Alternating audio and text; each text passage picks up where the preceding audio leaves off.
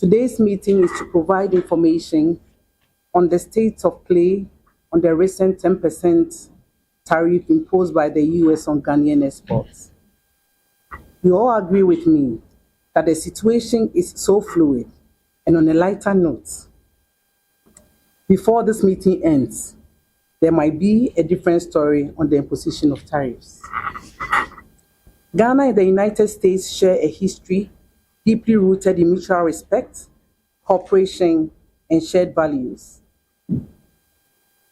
From the early days of Ghana's independence, the United States has been a partner in Ghana's development,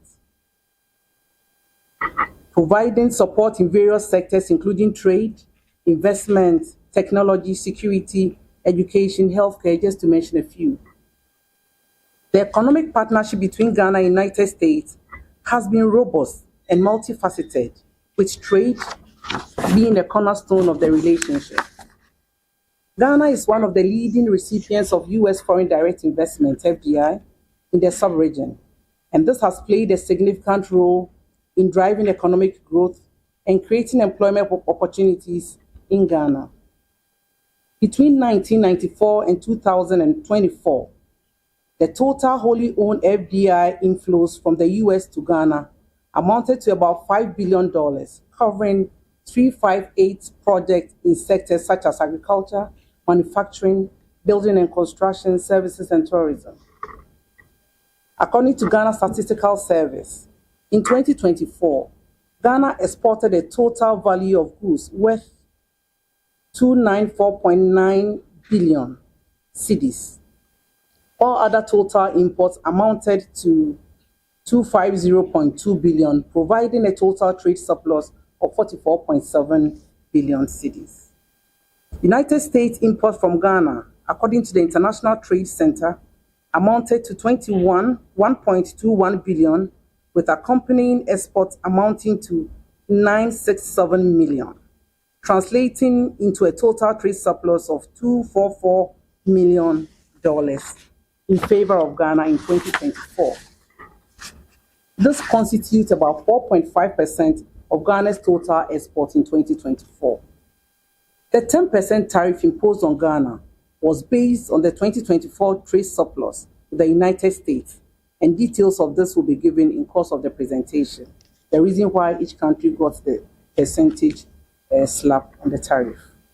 Distinguished ladies and gentlemen, we understand that the imposition of these tariffs raises some concern for Ghanaian business community, especially producers, exporters, and investors. The ministry would therefore like to use this opportunity to address the concerns of businesses,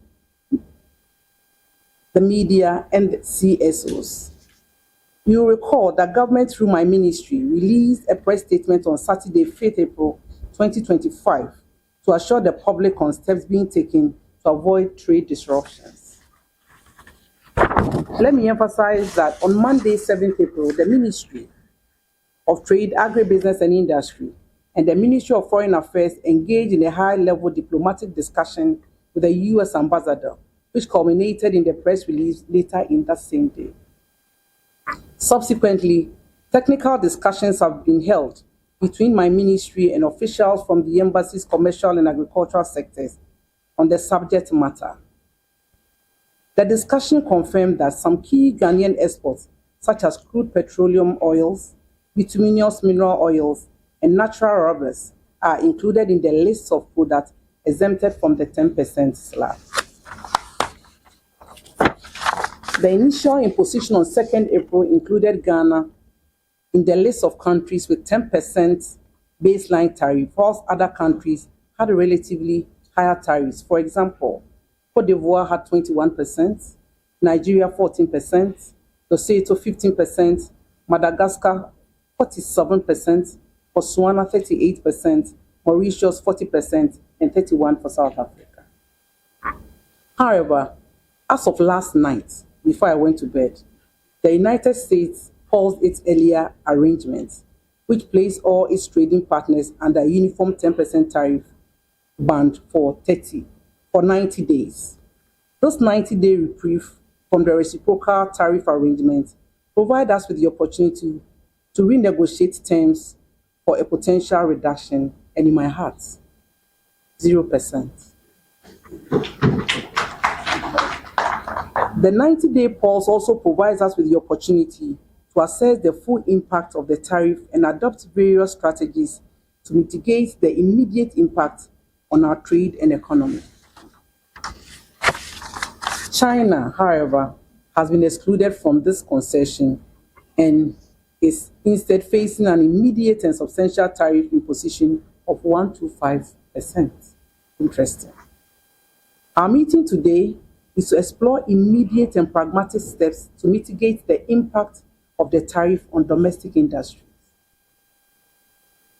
On the government front, we are committed to implementing initiatives such as accelerated export development programs and rapid industrialization for jobs, as well as 24-hour economy policy, as envisioned by His Excellency President John Dramani Mahama, to build economic resilience and to boost production and improve market access.